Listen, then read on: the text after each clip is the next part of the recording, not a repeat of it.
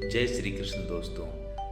तानी सर्वाणी संयम युक्त आसीत मत्प्रय वसे ही यस्य इंद्रियाणि तस्य प्रज्ञा प्रतिष्ठा।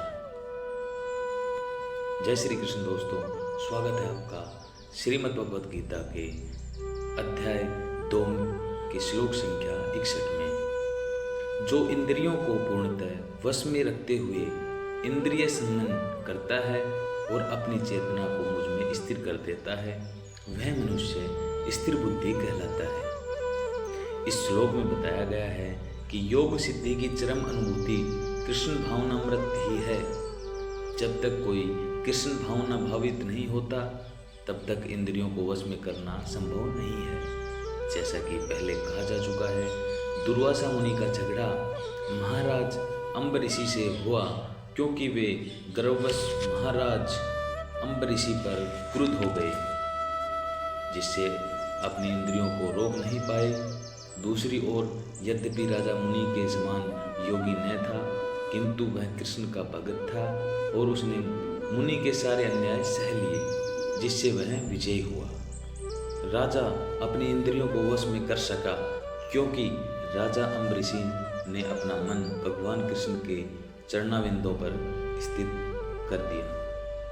अपनी वाणी भगवान के धाम की चर्चा करने में लगा दी, अपने कानों को भगवान की लीलाओं के सुनने में, अपने हाथों को भगवान का मंदिर साफ करने में, अपनी आँखों को भगवान का स्वरूप देखने में, अपने शरीर को भक्त के शरीर का स्पर्श करने में, अपनी नाक को भगवान के चरणाविंदों पर भेंट किए गए फूलों के गंध सूंघने में, अपनी जीभ को उन्हें अर्पित तुलसी दलों का आस्वाद करने में, अपने पाँवों को जहाँ जहाँ भगवान के मंदिर हैं उन स्थानों की यात्रा करने में, अपने सिर को भगवान को नमस्कार करने में तथा अपनी इच्छाओं को भगवान की इच्छाओं को पूरा करने में लगा दिया।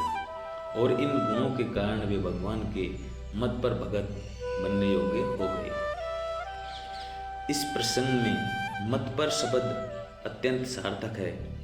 कोई मत पर किस तरह हो सकता है, इसका वर्णन महाराज अम्बरीषि के जीवन में बताया गया है। मत पर परंपरा के महान विद्वान तथा आचार्य श्री बलदेव विद्याभूषण का कहना है, भक्ति प्रभावेन सूर्येंद्र विजय रूपिका स्वात्म दृष्टि सुलभेति भाव है। इंद्रियों को केवल कृष्ण की भक्ति के वश में किया जा सकता है। कभी कभी अग्नि का भी उदाहरण दिया जाता है। जिस प्रकार चलती हुई अग्नि कमरे के भीतर की सारी वस्तुएं जला देती हैं, उसी प्रकार योगी के हृदय में स्थित भगवान विष्णु सारे मलों को जला देते हैं। योग सूत्र भी विष्णु का ध्यान आवश्यक बताया है, सुनने का नहीं।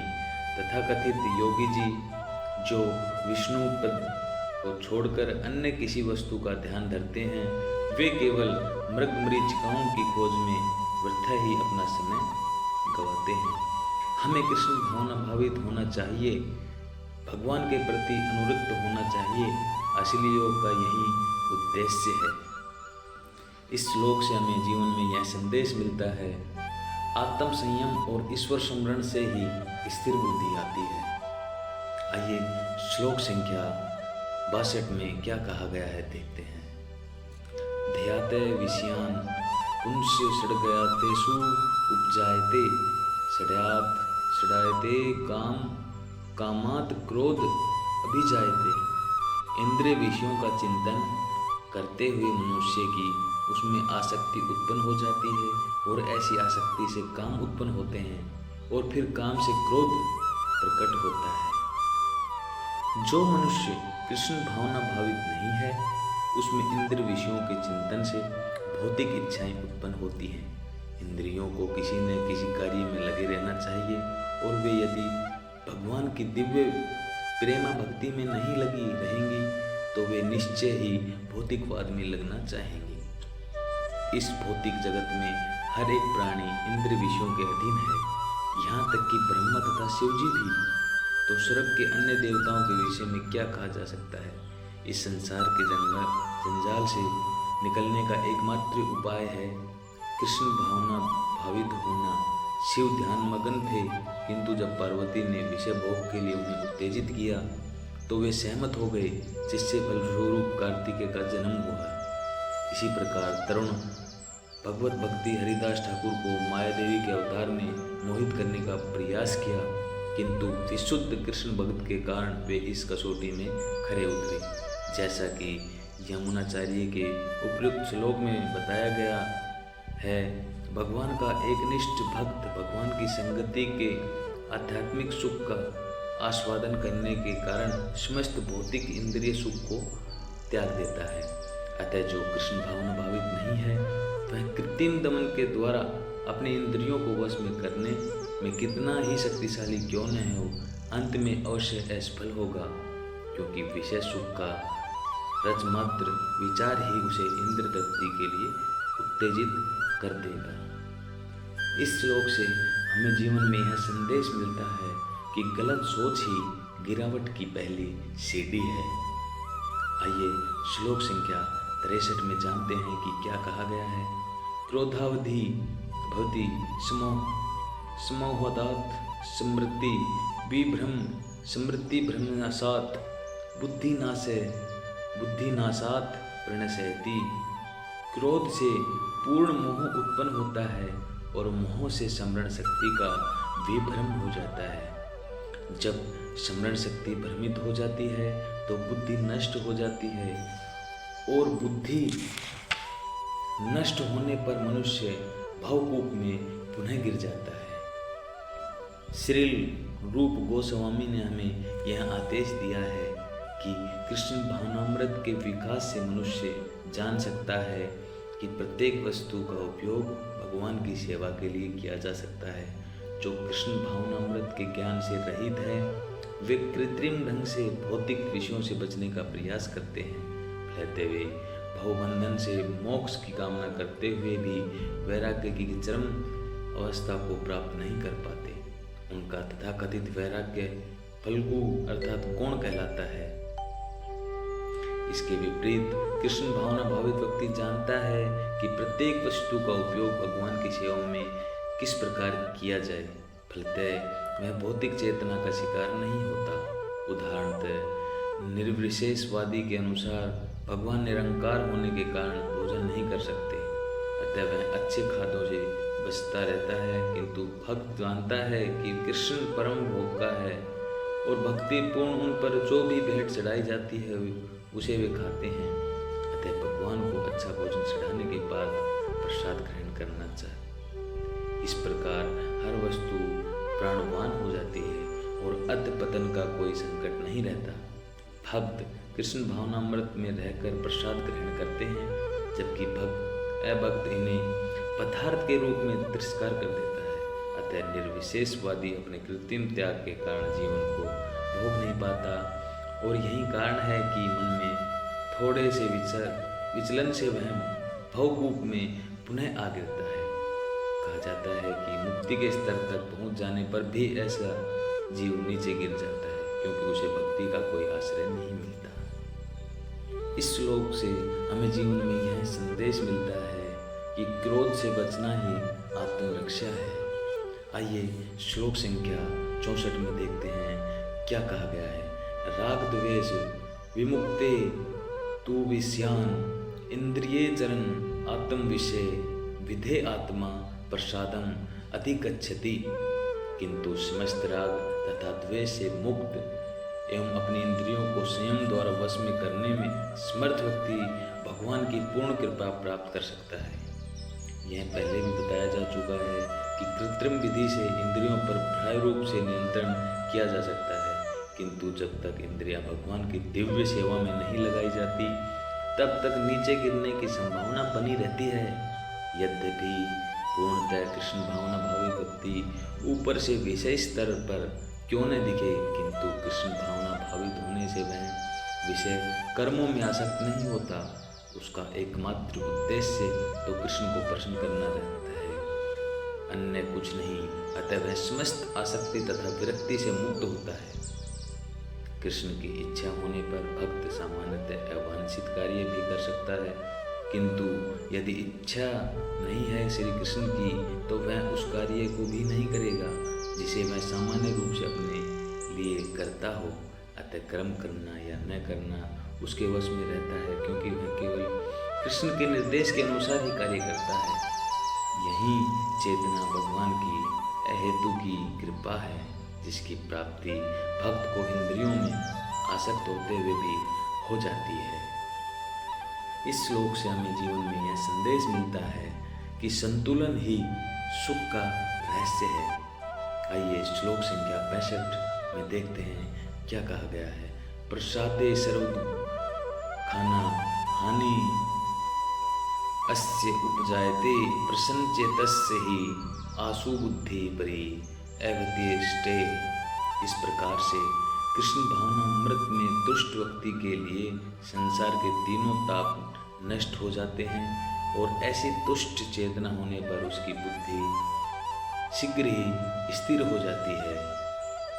इस श्लोक से हमें जीवन में यह संदेश मिलता है कि शांति आए बिना समाधान नहीं मिलता। आइए श्लोक संख्या 66 में देखते हैं क्या कहा गया है।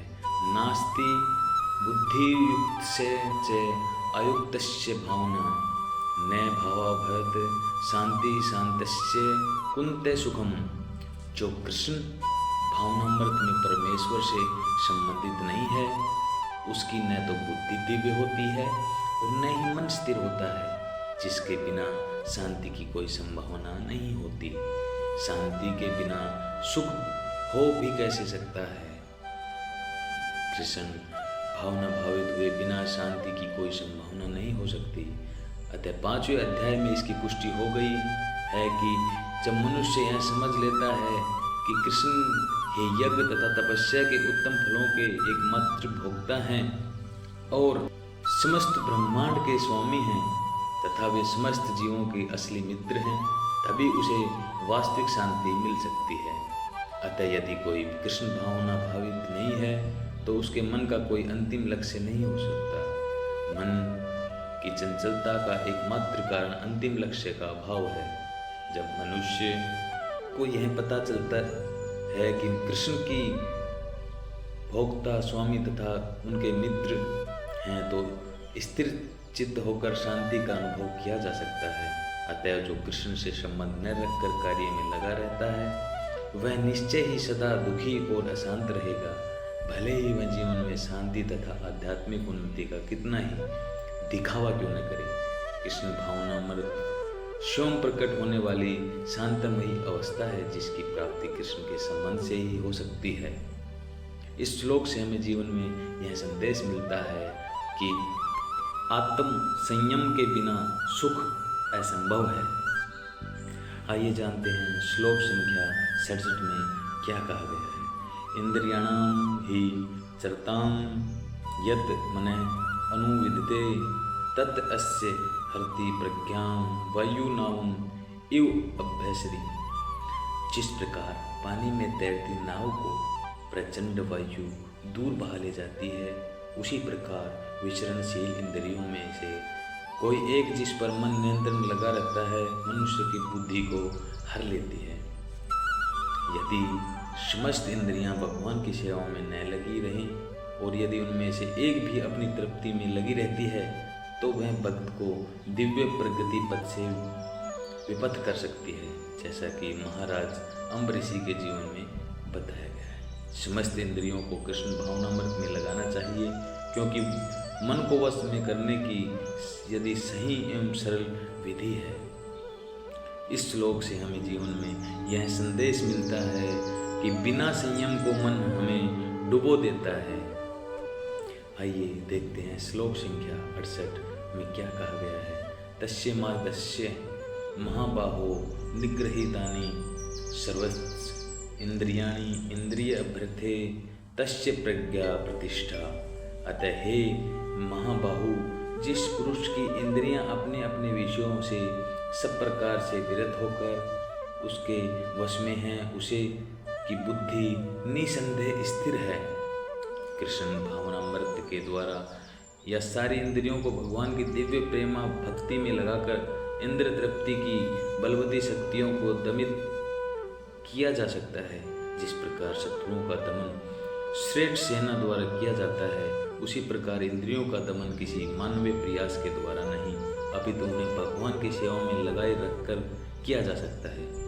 जो व्यक्ति यह हृदयगम्य कर लेता है कि कृष्ण भावनामृत के द्वारा बुद्धि स्थिर होती है और इस कला का अभ्यास प्रामाणिक गुरु के पथ प्रदर्शन में करता है, वह साधक अथवा मोक्ष का अधिकारी कहलाता है।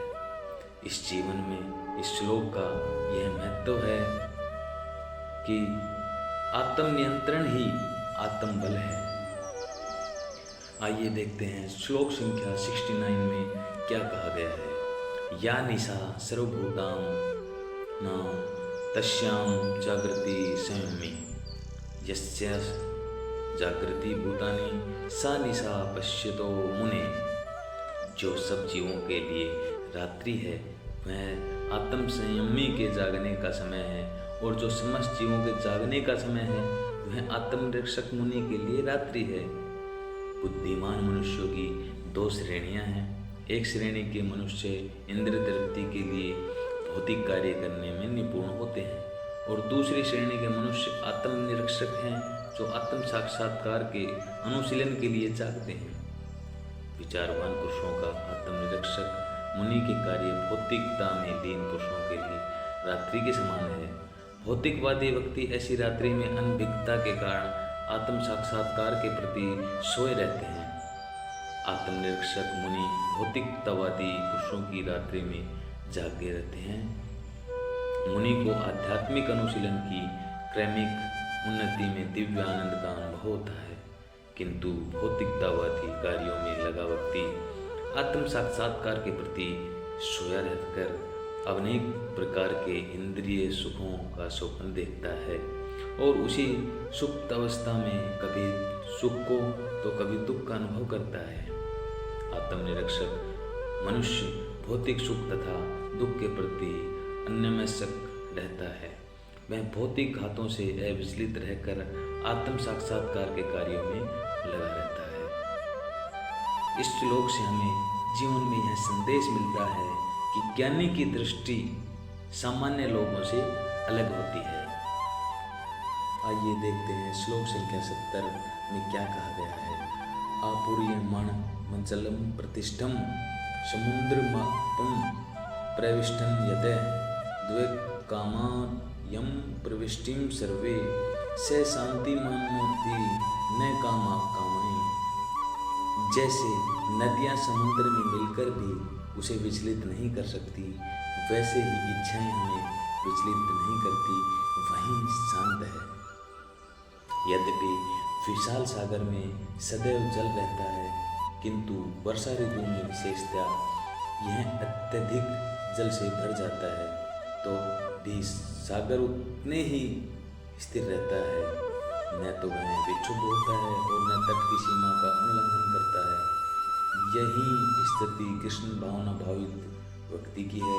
जब तक मनुष्य शरीर है तब तक इंद्र तृप्ति के लिए शरीर की मांगें बनी रहेंगी, किंतु भक्त अपनी पूर्णता के कारण ऐसी इच्छाओं से विचलित नहीं होता।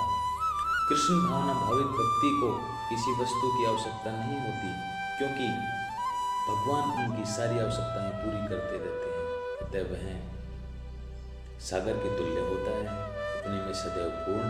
सागर में गिरने वाली नदियों के समान इच्छाएं उसके पास आ सकती हैं, किंतु वह अपने कार्यों में स्थिर रहता है और इंद्र तृप्ति की इच्छा से रच भर भी विचलित नहीं होता। कृष्ण भावना भावित व्यक्ति का यही प्रमाण है। इच्छाओं के होते हुए भी वह कभी इंद्र तृप्ति के लिए उन्मुक्त नहीं होता, क्योंकि वह भगवान की दिव्य प्रेमा भक्ति में तुष्ट रहता है। अतः वह समुद्र की भांति स्थिर रहकर पूर्ण शांति का आनंद उठा सकता है। किंतु दूसरे लोगों जो मुक्ति की सीमा तक इच्छाओं की पूर्ति करना चाहते हैं, फिर भौतिक सफलताओं का क्या कहना, उन्हें कभी शांति नहीं मिल पाती। कर्मी मुमुक्षु तथा वे योगी सिद्धि के कामी हैं, ये सभी अपूर्ण इच्छाओं के कारण दुखी रहते हैं। किंतु कृष्ण भावना भावित पुरुष भगवत सेवा में सुखी रहता है और उसकी कोई इच्छा नहीं होती। वस्तुतः वह कोई तथाकथित भवबंधन से मोक्ष की भी कामना नहीं करता। कृष्ण के भक्तों की कोई भौतिक इच्छा नहीं रहती, इसलिए वे पूर्ण शांत होते हैं। इस श्लोक से हमें जीवन में यह संदेश मिलता है कि इच्छाएं आएं पर हमें बहाएं नहीं। आइए देखते हैं श्लोक संख्या 71 में क्या कहा गया है। विहाय कामान्य सर्वान् मुपाश्चरति निष्प्रश्न निर्ममो निरहंकार से शांति गच्छति। जिस व्यक्ति ने इंद्रिय तृप्ति की समस्त इच्छाओं का परित्याग कर दिया है, जो इच्छाओं से रहित है और जिसने सारी ममता त्याग दी है तथा अहंकार से रहित है, वही वास्तविक शांति को प्राप्त कर सकता है। निष्प्रश होने का अर्थ है इंद्रिय तृप्ति के लिए कुछ भी इच्छा न करना। दूसरे शब्दों में कृष्ण भावना भावित होने की इच्छा वास्तव में इच्छा शून्यता या निष्प्रशता है। इस शरीर की मिथ्या ही आत्मा बने माने बिना तथा संसार की किसी वस्तु में कल्पित स्वामित्व रखे बिना श्री कृष्ण के नित्य दास के रूप में अपने यथार्थ स्थिति को जान लेना कृष्ण भावनामृत की सिद्ध अवस्था है। जो इस सिद्ध अवस्था में स्थित है वह जानता है कि श्री कृष्ण ही प्रत्येक वस्तु के स्वामी हैं, अतः प्रत्येक वस्तु का उपयोग उनकी तुष्टि के लिए किया जाना चाहिए। अर्जुन आत्मतुष्टि के लिए युद्ध नहीं करना चाहता था, किंतु वह पूर्ण रूप से कृष्ण भावना भावित हो गया तो उसने युद्ध किया, क्योंकि कृष्ण चाहते थे कि वह युद्ध करे। उसे अपने लिए युद्ध करने की कोई इच्छा न थी, किंतु वहीं अर्जुन कृष्ण के लिए अपनी शक्ति भर लड़ा। वास्तविक इच्छा शून्यता कृष्ण तुष्टि के लिए इच्छा है। यह इच्छाओं को नष्ट करने का कोई कृत्रिम प्रयास नहीं है। जीव कभी भी इच्छा शून्य या इंद्रिय शून्य नहीं हो सकता, किंतु उसे अपनी इच्छाओं की गुणवत्ता बदलनी होती है। भौतिक दृष्टि से इच्छा शून्य व्यक्ति जानता है कि प्रत्येक वस्तु कृष्ण की है, अतः वह किसी वस्तु का अपना स्वामित्व घोषित नहीं करता। वह दिव्य ज्ञान आत्मा साक्षात्कार पर आधारित है, अर्थात इस ज्ञान पर कि प्रत्येक जीव कृष्ण का अंश और रूप है और कृष्ण की शाश्वत स्थिति कभी न तो कृष्ण के तुल्य होती है न उसमें बढ़कर। इस प्रकार कृष्ण भावनामृत का यह ज्ञान ही वास्तविक शांति का मूल सिद्धांत है। इस श्लोक से हमें जीवन में यह संदेश मिलता है कि अहंकार और लालसा की ही अशांति की जड़ है। आइए श्लोक संख्या 72 में क्या कहा गया है देखते हैं। ऐसा ब्रह्म स्थिति पार्थ नैना प्राय विमुक्ति स्थित अस्या अंतकाले अपि ब्रह्म निवारणम इच्छति। यह आध्यात्मिक तथा ईश्वरीय जीवन का पथ है, जिसे प्राप्त करके मनुष्य मोहित नहीं होता। यदि कोई जीवन के अंत समय में भी इस तरह स्थित हो तो वह भगवान धाम में प्रवेश कर सकता है। मनुष्य कृष्ण भावनामृत या दिव्य जीवन को एक क्षण में प्राप्त कर सकता है और हो सकता है कि उसे लाखों जन्मों के बाद भी न प्राप्त हो। यह तो सत्य को समझने और स्वीकार करने की बात है। खट्वांग महाराज ने अपनी मृत्यु के कुछ मिनट पूर्व कृष्ण के शरणागत होकर ऐसा जीवन अवस्था प्राप्त कर ली। निवारण का अर्थ है भौतिकतावादी जीवन शैली का अंत। बौद्ध दर्शन के अनुसार इस भौतिक जीवन को पूर्ण होने पर केवल शून्य शेष रहता है, किंतु भगवत गीता का शिक्षा इससे भिन्न है। वास्तविक जीवन का शुभारंभ इस भौतिक जीवन के पूरा होने पर होता है। स्थूल भौतिकतावादी के लिए यह जानना पर्याप्त होगा कि इस भौतिक जीवन का अंत निश्चित है, किंतु आध्यात्मिक दृष्टि से उन्नत व्यक्तियों के लिए इस जीवन के बाद अन्य जीवन प्रारंभ होता है। इस जीवन का अंत होने के पूर्व यदि कोई कृष्ण भावना भावित हो जाए तो उसे तुरंत ब्रह्म निवारण अवस्था प्राप्त हो जाती है। भगवत धाम तथा भगवत भक्ति के बीच कोई अंतर नहीं है, चूँकि दोनों चरमपद है। अतः भगवान की दिव्य प्रेम भक्ति में व्यस्त रहने का अर्थ है भगवत धाम को प्राप्त करना। भौतिक जगत में इंद्रिय तृप्ति विषयक कार्य होते हैं और आध्यात्मिक जगत में कृष्ण भावनामृत विषयक। किसी जीवन में ही कृष्ण भावनामृत की प्राप्ति तत्काल ब्रह्म प्राप्ति हो जैसी है। और जो कृष्ण भावनामृत में स्थित होता है वह निश्चित रूप से पहले ही भगवत धाम में प्रवेश कर चुका होता है। ब्रह्म और भौतिक पदार्थ एक दूसरे से सर्वथा विपरीत है। अतः ब्रह्म स्थिति का अर्थ है भौतिक कार्यों के पद पर न होना। भगवत गीता में भगवत भक्ति को मुक्त अवस्था मानना है। अतः ब्रह्म स्थिति भौतिक बंधन से मुक्ति है। श्रील भक्ति विनोद ठाकुर ने भगवान गीता के इस दिव्य अध्याय को पूर्ण ग्रंथ के प्रतिपाद विषय के रूप में संक्षिप्त किया है। भगवत गीता के प्रतिपाद कर्मयोग, ज्ञान योग तथा भक्ति योग। इस द्वितीय अध्याय में कर्मयोग तथा ज्ञान योग की स्पष्ट व्याख्या हुई है एवं भक्ति योग की भी झांकी दे दी गई है। इस प्रकार श्रीमद् भगवद गीता के द्वितीय अध्याय गीता का सार भगवत वेदांत तात्पर्य पूर्ण होता है। इस श्लोक में कहा गया है, संदेश मिलता है, यही जीवन की सर्वोच्च सफलता है, ब्रह्म स्थिति। यह अध्याय हमें यह सिखाता है कि आत्मा अमर है, कर्तव्य श्रेष्ठ है और शांति आत्म संयम से मिलती है। अगर हमारी वीडियो अच्छी लगी हो तो लाइक, शेयर और सब्सक्राइब जरूर कर दें। आगे की वीडियो में हम मिलेंगे अध्याय 3 कर्मयोग में। जय श्री कृष्ण दोस्तों, स्वस्थ रहिए, अच्छे रहिए, जय हिंद।